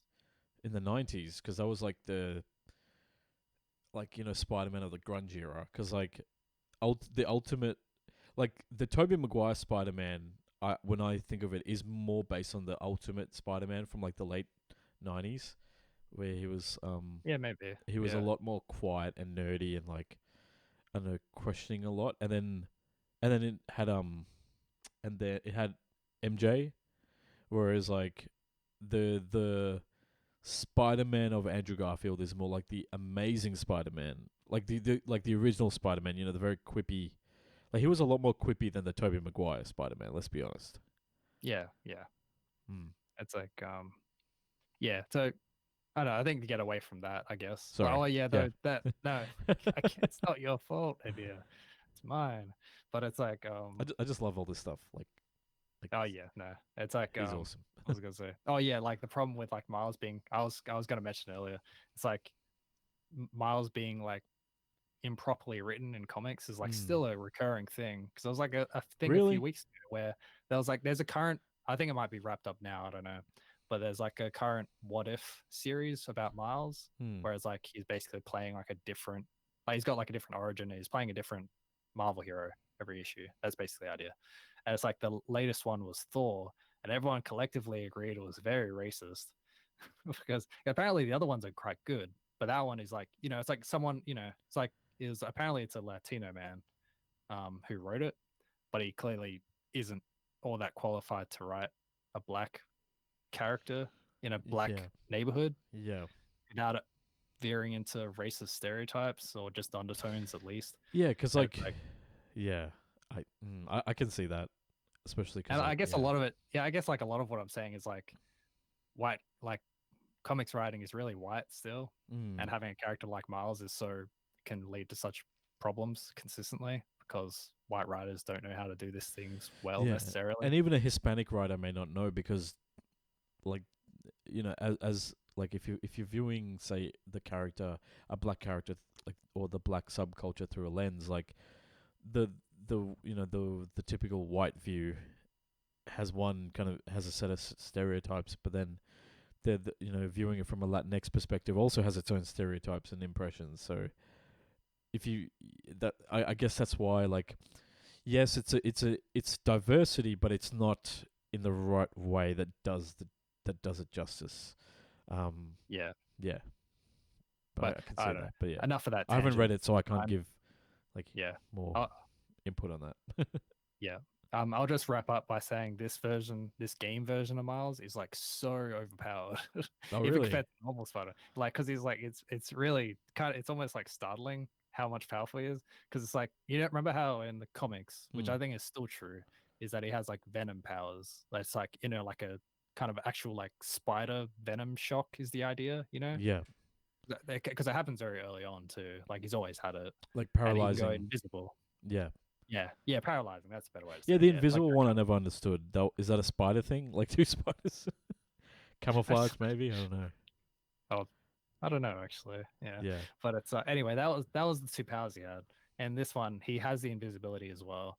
But he also his like venom paralyzing Mm. like powers have been turned into like straight up electric powers, and it starts off low level, and then but the whole story is based around how extremely necessary it is to the plot. And Oh, like wow. that he is like he's like a low level Electro, but he's also just Spider Man and invisible. Yeah, and So like, he's got like a lot of powers. what's like Invisible Woman, like from Fantastic Four, like, Oh yeah. so Well, it's like that's kind of like some other different. I actually don't remember how powers work. I remember it's very powerful in world, but yeah. like Hey, he's invisible, and he can shock people. He can interact with electricity. It's, yeah, it's like it's like I guess it's like what I'm trying to say is like the scale of his electric powers is kind of surprising considering how I've always seen it, which yeah, is pretty down there. yeah, Because usually it's more like a um card up the sleeves sort of like last what do you call it, like a final weapon, I guess, that might help in a situation, but he's like risky because etc etc. mm, Anyway, mm. that's what I took away from Miles Morales. Gotcha. Like generally kind of disappointed in it, not in that it's awful, That's it's so just like sad kind when you say it. of Oh, just talk sad, I but guess. hey, it's it'll happen. It happens. But Yeah. what about Berserk? Okay, I won't go into it too much. It's like I bought the Berserk game because the manga recently restarted, and it was on sale, and I'm not sure how often they'll be able to get it otherwise because it's a licensed game. This is the Berserk from Megaforce, the Musu Games developer. So they Mm. made a lot of games like this that I've never actually touched. So I kind of saw this as a way to get a taste of what Musu games are like. So do they make the Dynasty Wars, or is that a different team? Yeah, that's them. Okay, cool. Yeah, it's like it's like they make games that are like Dynasty Warriors. from the Sorry, not outside are Dynasty just Wars. like lots of like 3D Mm. character action, or not even character action necessarily. It's just like lots of slashing with basic combos. Yeah. But really, in reality, as I understand it, the best of these games do have like well-designed missions that are more about. It's almost like being a firefighter. It's like you're running around the map at the right time to put out fires that are just coming up over and Yeah. over again. Like that's what you're doing That's when the definitely a game's working Dynasty well. Warriors thing. Yeah, I think that sounds great to me. Like when I learned that, it's like, oh, that sounds cool. Actually, I like that a lot. And it's like, but like Berserk is anyway. I started Berserk one. I've been playing on easy mode because I didn't know what these games are like, and it's been very easy. But it's also been like an excuse to go through the story again, which I've kind of been enjoying. But Yeah, like the main character in the game looks like he's definitely inspired. I'm sure he's based on like the Fist of the North Star protagonist, right? Because like that's where, maybe. because like that's where like the JoJo kind of like protagonist, like, is it Joseph? No, Jonathan's the first one. Joseph is the grandson. Yeah, that's right. Okay. I just realized, by the way, that that the arc with Joseph Joestar, the grandson, that's the second part of the first season. In my head, I thought that was the second season, but now I realize there's a second season, and that's completely different. I'm Oh like, yeah. okay, so yeah, that's what I'm up to. So I don't know. After I finish Spike's Family, I'll probably start that. But anyway, sorry. Please tell us about Berserk. I won't. I might go into it more once I've played more of it. Sure. So I basically played through the first chunk of the game that covers what several of the adaptations cover. Yeah. So if you don't know it, Berserk is like a long-running manga series. Its creator, Miura, he recently died a month or two ago. No, a bit more further back than that. But his studio and his like best friend, who's also a manga creator, they've kind of recently revived the series to kind of carry on to its conclusion, as this best friend knows it because he was aware of a lot of the plans for Berserk, like more than almost like anyone at all. Mm. So it's anyway, it's like it's been a long running series. It's had a big influence on how the Souls games have developed aesthetically and kind of in tone. And I think it's been running since the early '90s, and so it's had like several adaptations in anime. So it had an anime series that ran in like '99, I think. That was just Okay. a full 26 episodes, but that basically covered like the entirety of the manga up until that point. So it never continued. Gotcha. And then there was three anime films that had like a lot of 3D animation crossed with 2D. Mm. Around, I don't know, I want to say like 210 ish or Yeah. so, something like that. Okay. Yeah, so there are three of them. It covered the same story, just with a bit more detail. Or maybe not more detail, just in a different style, basically. And then a few years ago or so, there was another new adaptation that was like entirely 3D and is like completely widely hated for being awful. It's very bad. People You'll hate probably 3D anime. No, it's very bad in general though. Oh, There's a lot of poorly good written, 3D poorly anime. everything. Oh, okay. Yeah, everything about it is poorly done, Okay. unfortunately. Gotcha. And that covers other content, like new story content for people who haven't read it, and it's done in the worst way. Oh my god. Yeah, but it's Jesus. anyway, to Yeah. kind of wrap back up. So the Berserk game actually uses a lot of scenes from the films, like Huh. to fill in Okay. the story, which I was like, oh, that's right. This like, and it's like done pretty well because it's not in like low res or anything, Mm. which I feel I've seen a lot of in games that have tried the same thing. Yeah. So it's yeah, so it's yeah. I It's kind of basically smart. I've gone through it. Sorry. It's kind of smart, I guess. Yeah, it is. Like it's actually like a pretty solid retelling of that part of the story. Like way better than you'd think, considering it's a game with a lot of Musu stuff. It's not the best storytelling venue in general. I think I like a Musu game being just levels of killing a lot of stuff and then cutscenes. Like there's not much, but it's like it does it pretty well, which I was surprised by.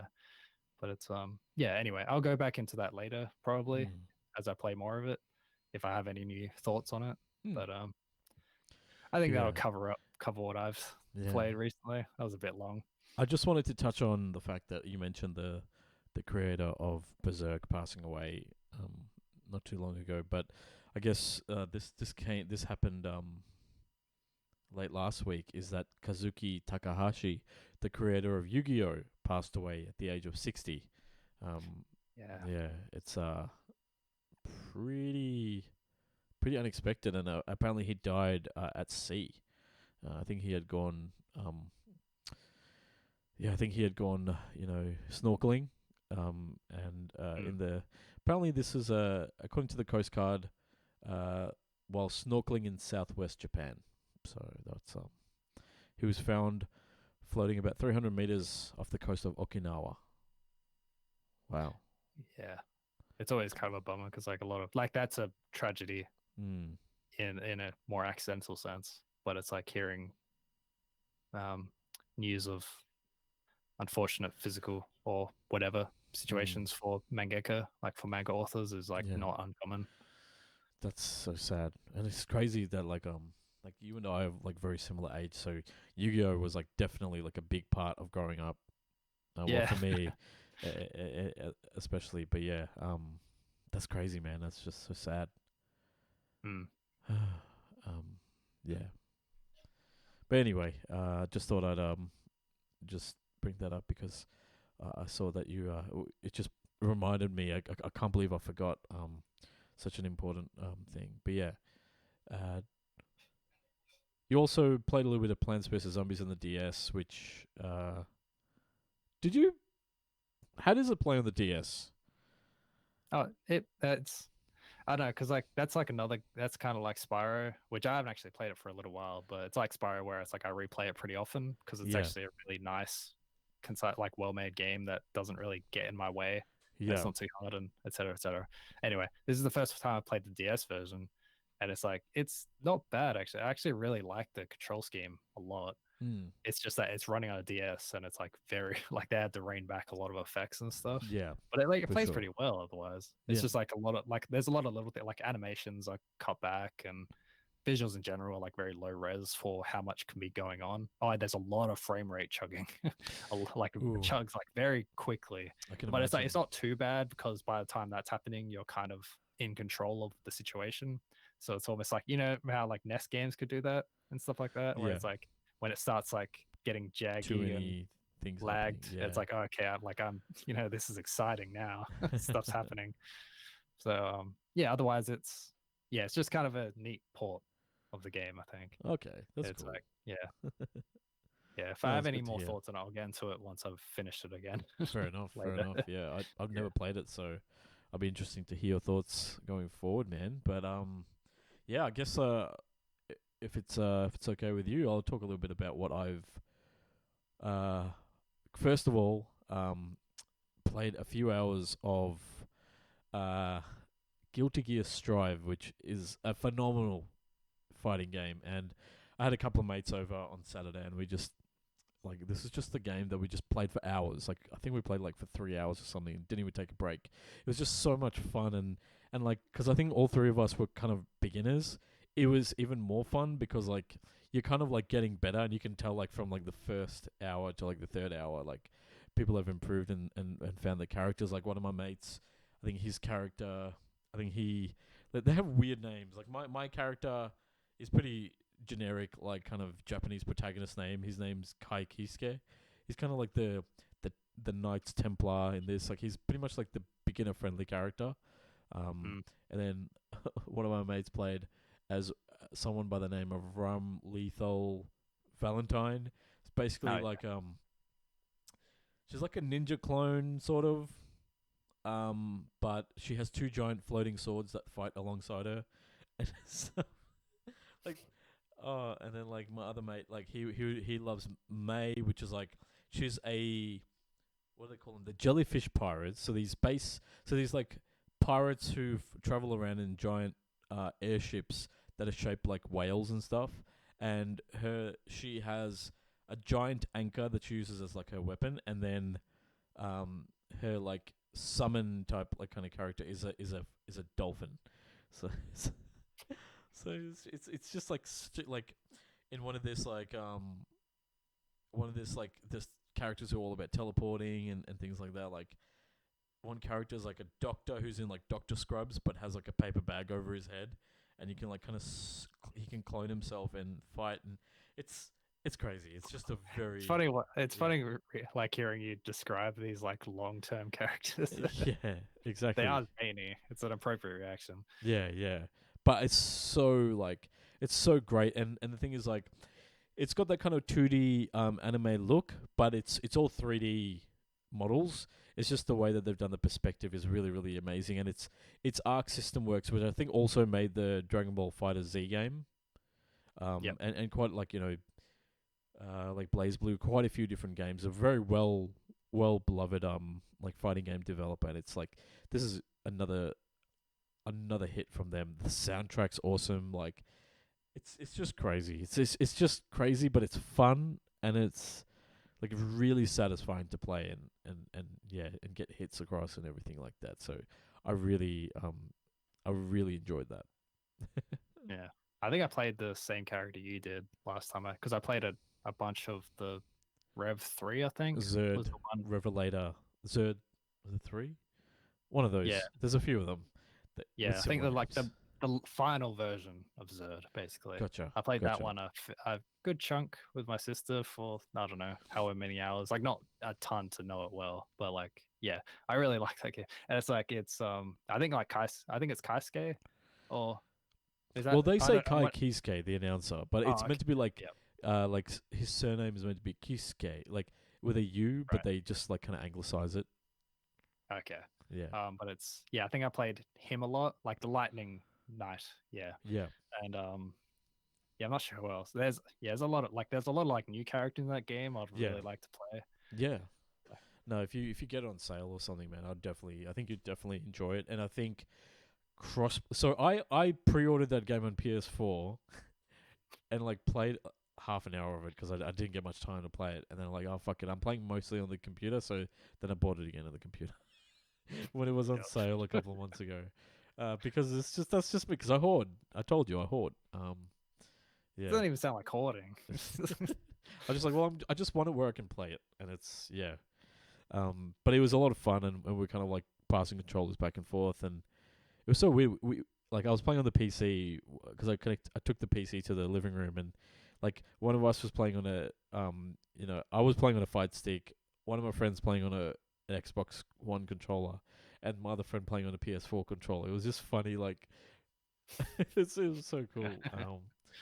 But yeah, there was like a weird bug where you can only use 2 controllers. You can't use 3, so you can't like alternate. Okay. So I was like, it's alright.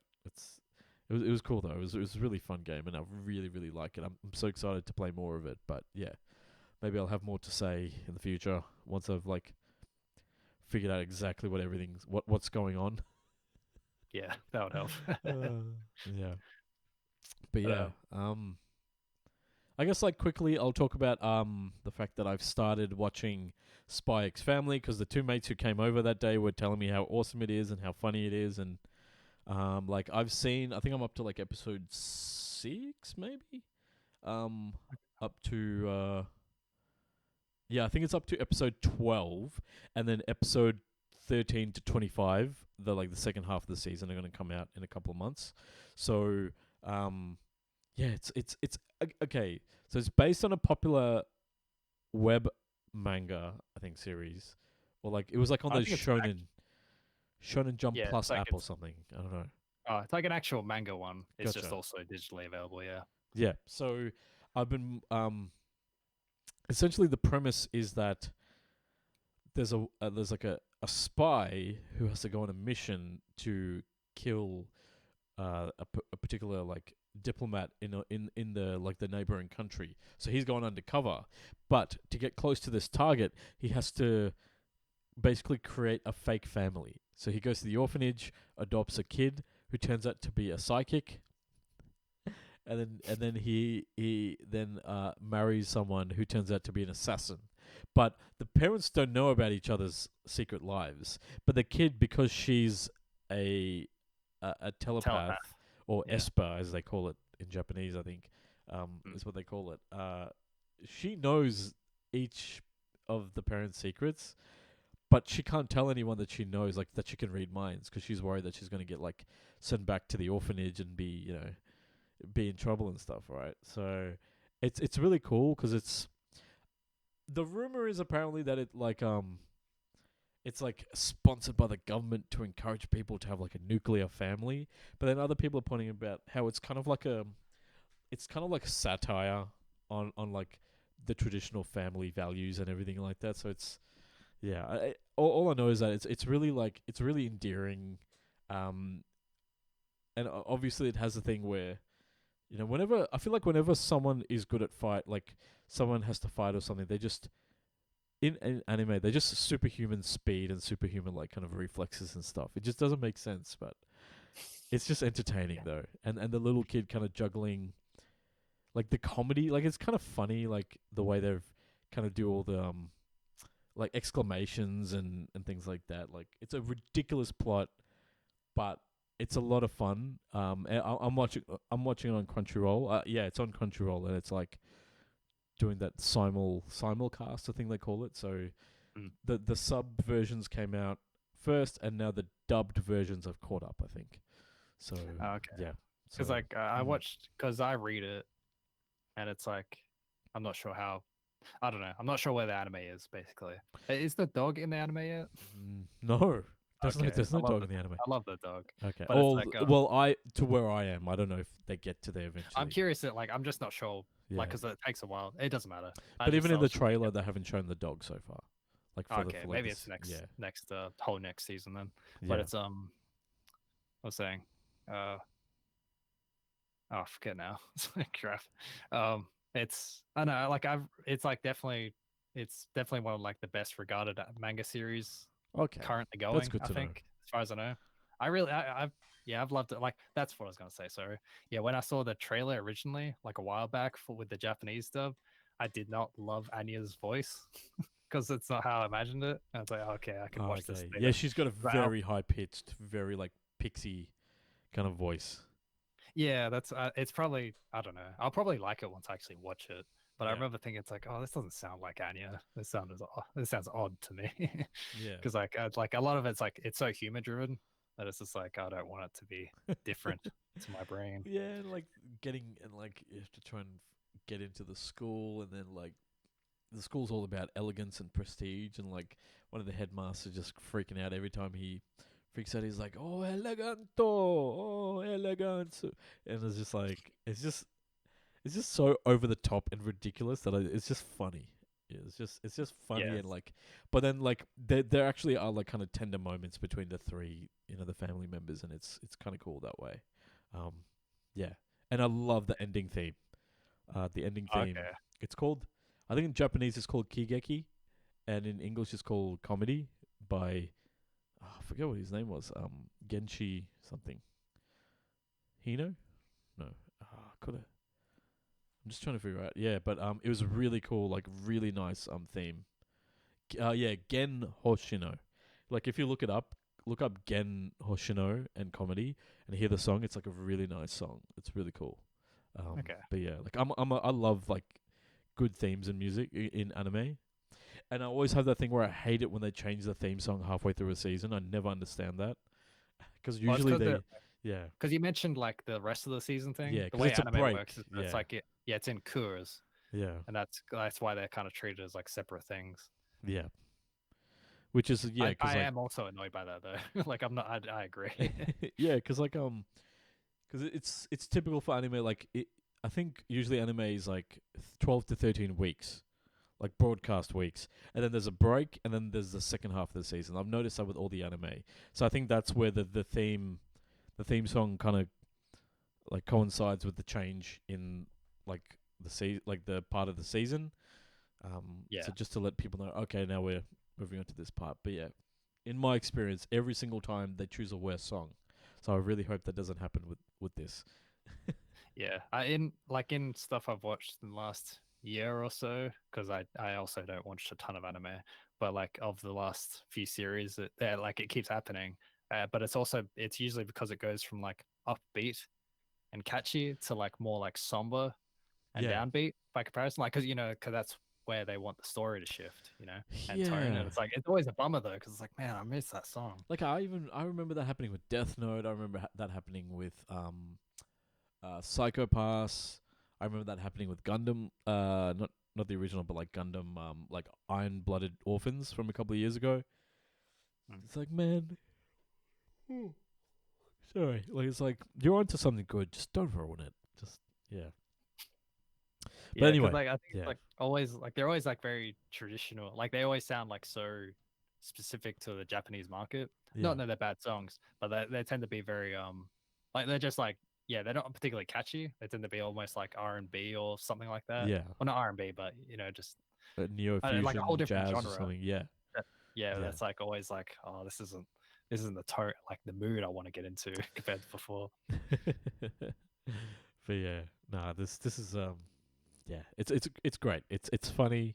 I think everyone should at least like watch maybe the first couple episodes and let us know what you think. But yeah, I'd be curious to know what you think as well, man. Yeah, because you can. Yeah, it's on the first 12 episodes are on Crunchyroll now, and you can watch it obviously for free as well. Because I think they've got like it's free with ads. I think for Crunchyroll. So Okay. yeah, and apparently Crunchyroll owns every single anime streaming network in the world. Yeah, that's true. But yeah, I think I'll close it off with a little bit of talk about Thor: Love and Thunder. I watched it with my wife on Sunday. Listen, for context, I didn't like Thor Ragnarok. I thought it was very overrated and just too. You know when something tries to be funny that it's not funny? It's like that. It just became annoying, and this takes the lowbrow humor from Thor Ragnarok and just takes it like 100 times worse. It's just so like it becomes a parody of itself in a way. It's just like any kind of like poignant moments or anything that was like kind of like emotionally had any attachment it just isn't allowed to breathe.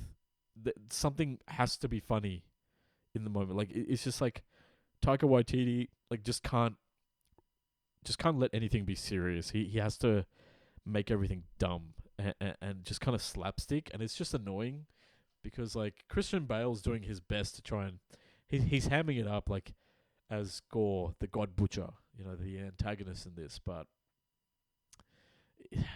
yeah, like it just I don't know. Well, I didn't like it. There was news, like there was a report today from some leaker that said that apparently there's like a mandate that included Thor, but I think it applies to a lot of Marvel movies right now, which is to get under 2 hours. And apparently, like, do you think if it was a little longer, it would be much different? I think so, because like the whole motivation of Gore and stuff like is kind of rushed. Like I think there could have been more moments of. I think it would have benefited from a little bit more time, but not the way it's written. It would just. I bet Taika Waititi would have squandered it and just made it.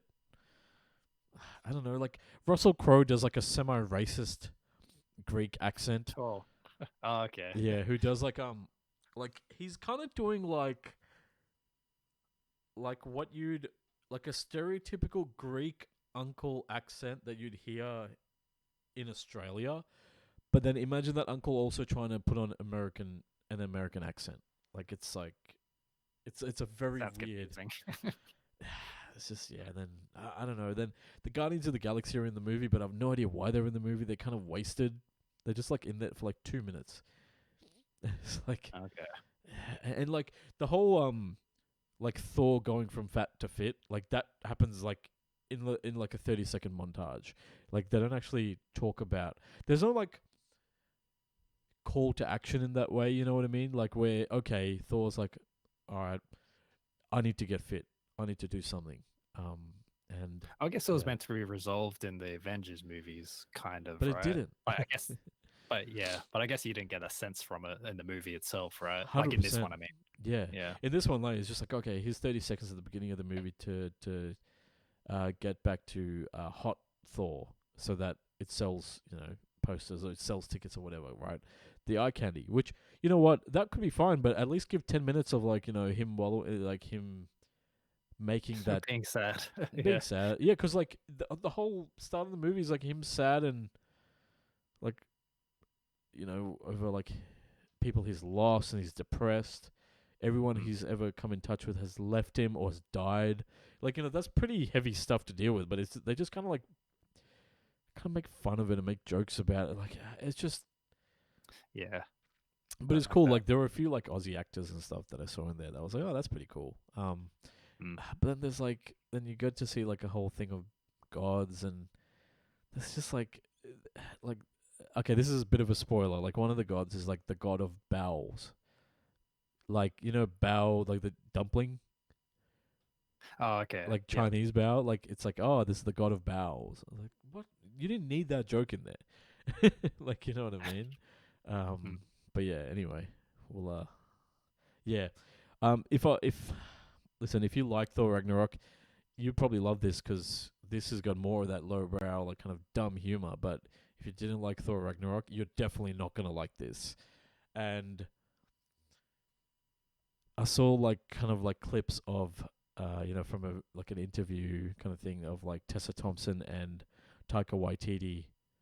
So Taika Waititi, I think it would be probably how you'd pronounce it correctly, but like kind of making fun of the visual effects and like how kind of they don't quite look right or kind of changes that to make in post and stuff and kind of pointing it out. And it's like it's kind of well documented that the VFX industry, like there's a lot of there's a lot of like issues with toxic workplaces, just like in the gaming industry, getting underpaid or, especially with contract workers, a lot of crunch.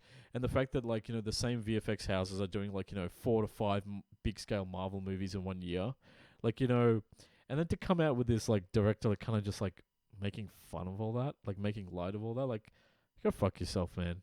Like, Yeah. It's not. Yeah, because it was like when I heard about that snippet from that, like I think it was a Vanity Fair interview, and it's like yeah, I think it was like I also saw an article I should probably read, but it was mentioning how VFX artists are like just refusing to work on Disney stuff right now or Yeah. Marvel stuff just because they're like the cornerstone of that market right now. Not Yeah. that there's not plenty of work in that sense, but like they are like consistently, present and like major to like there's just constantly work from them to work on, and they're like well known. But like yeah. it's like they're just not refusing to they're not really wanting to do it anymore because they just demand so much, and they're not Yeah. willing to like they want to change. They're not willing. I think there was a quote saying that their plans like visually change several times, and it's like not fixed until like halfway through the season or something of like the shows or stuff like that. It's like it's untenable in a way that's very reminiscent of gaming, except the VFX stuff feels like it's gonna fall apart sooner rather than later. Yeah, I can only imagine, man. Like yes, the VFX in this movie is kind of like parts of Shang-Chi and stuff where it's not very like you can definitely tell that they needed more time to get it all right, with the seams and everything.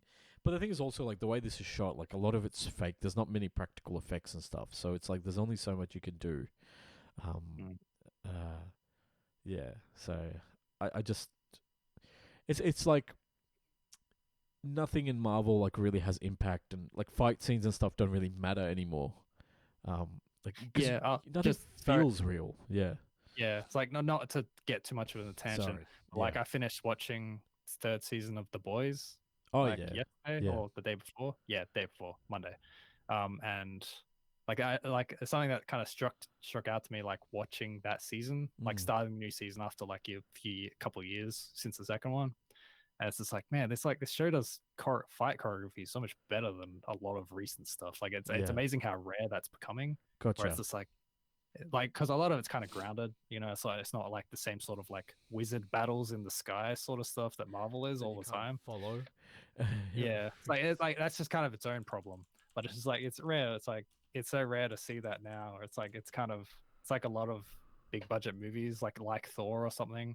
It's almost like watching like WWE, which I don't watch to be honest, but I've seen clips of, and it's just like constant camera cuts, and it's just like so much like an effort to like edit action into place 100%. rather than try to film it in a yeah. way that works. Yeah. I mean, I don't know. That's like a very I'm sure that's a very ignorant way to put it. Hollywood see it, has really. had that problem for But as years. Yeah, but as like Yeah. as a viewer, that's how it Yeah. feels. It's like, oh, that's right. This doesn't happen very often Yeah. in like a big budget thing. Yeah. And I think like kind of like Hong Kong cinema's always been great about depicting like, you know, making the hits feel impactful and doing a lot of practical stunt work and things like that.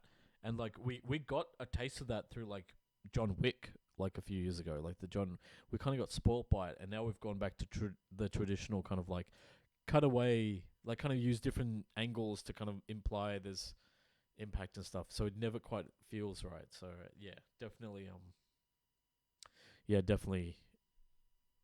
This is just dumb. It's just like a dumb. It's just stupid and not very good. It's just too campy, but not even. There's like, it just goes from like funny to cringe.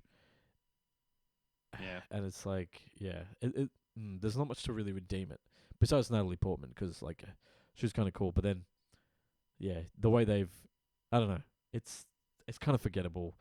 Even though it sets up huge implications for the rest of the Marvel Cinematic Universe. Like, we're talking about, like, different beings and stuff coming into play that we haven't seen, that I'm not going to go into, but, yeah, like, crazy. Like, this is, yeah, when you watch it, you'll know what I mean, because you're much more versed in the lore of, like, Marvel, like, because you've read the comics and things like that, so I had to kind of, like, figure out why some of these things were important, so I had to kind of look it up. And I'm like, oh shit, this is huge, which makes it even worse because then it's like kind of thrown away on this dumb movie. Yeah, I really hate this movie. It's like the new Thor 2, where it's just like, though I guess that one's just more forgettable Yeah, or anything. Depends. Like, I don't think know if this is worse than that. That one's definitely just forgettable. Yeah, this one's probably more like, you know, viewer specific, I guess. Yeah. Someone will exactly. really hate it, like you, and then there'll be someone else who loves it. Exactly. It's kind of hard to be in the middle ground, where Thor 2 was probably just exactly in the middle ground for everyone. Yeah, I think there's one thing I can say is that like my opinions are never in the middle ground. I'm always extremely one way or the other, apparently. But yeah, that's enough of Thor. I'm excited because the Resident Evil live action Netflix series starts tomorrow. I think it comes out tomorrow is the first episode. So yeah, I was not aware. I feel like I'm surprised I didn't know that actually. There wasn't like really much promotion or anything around it. I think because like the last Resident Evil movie was like shit, like bombed. I think everyone kind of hated it. I liked it. I'm pretty sure I mentioned on the podcast. The live action one or the 3D one? Okay. Welcome to Raccoon City, I think. Yeah, so a lot of people hated that. Yeah, I know. I liked a lot of it though. Yeah. Just the ending was pretty bad. So and so this is going to be another universe. Like this isn't following on from that one at all. So it'd be interesting how this one goes. Yeah. But yeah, I think that's gonna do it. Let's close out the show.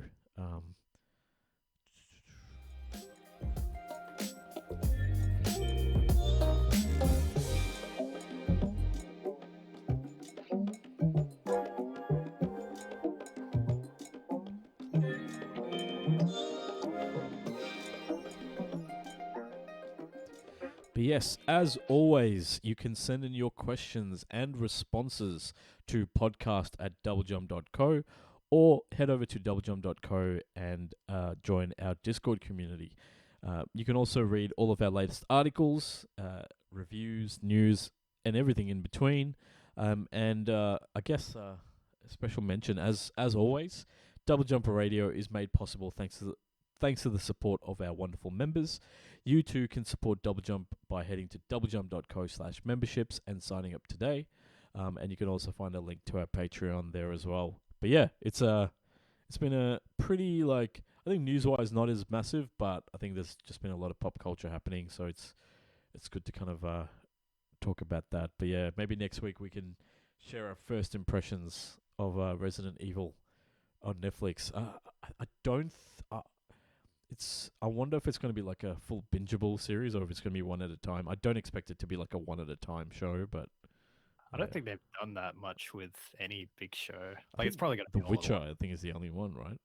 Recently, Did that? I thought that came out all at once. did it? Oh man, clearly, I've not been paying attention. Yeah. But Netflix really too much for you to remember things, I think. I don't think. Yeah, their business model really isn't around that. It's all about just like trying to get to the, like going from one big hit to another and just trying to be the top of conversation. Yeah, it's not very effective. Yeah, exactly. But yeah, John, thank you so much for another wonderful episode. Hopefully, folks at home enjoy the discussions that we've had.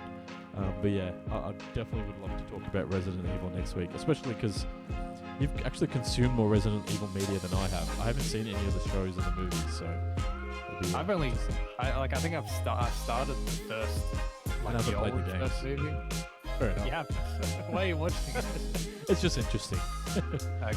But yeah, I feel like it's hard to have much perspective on it as a game thing. that's fair enough. Because I haven't played a ton of it either, especially the early stuff. It doesn't matter. Yeah, so, yep, same boat. Thanks, Abir. Good app. I like you calling it wonderful from our perspective, like the episode. Oh, yeah, if I do say so myself. Yeah. But, No, but that's the thing, like, it's always fun talking about these things because, you know, I think you're like me, we don't have many people to talk to it about, like, so it's like kind of great to kind of unwind on each other and explore it. So that's why I hope we can capture a little bit of that magic for the folks at home as well. But yeah, John, thank you so much. As always, until next time, everyone, look out for one another. Peace.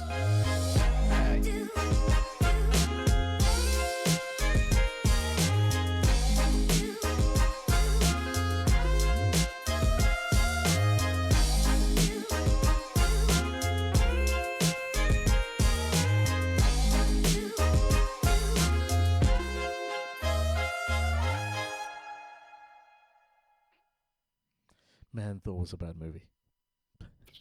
I'm surprised you dislike so much. Oh, I guess it shouldn't be that. Like, I mean, it's not. I don't know. I've heard like lukewarm to bad things about it.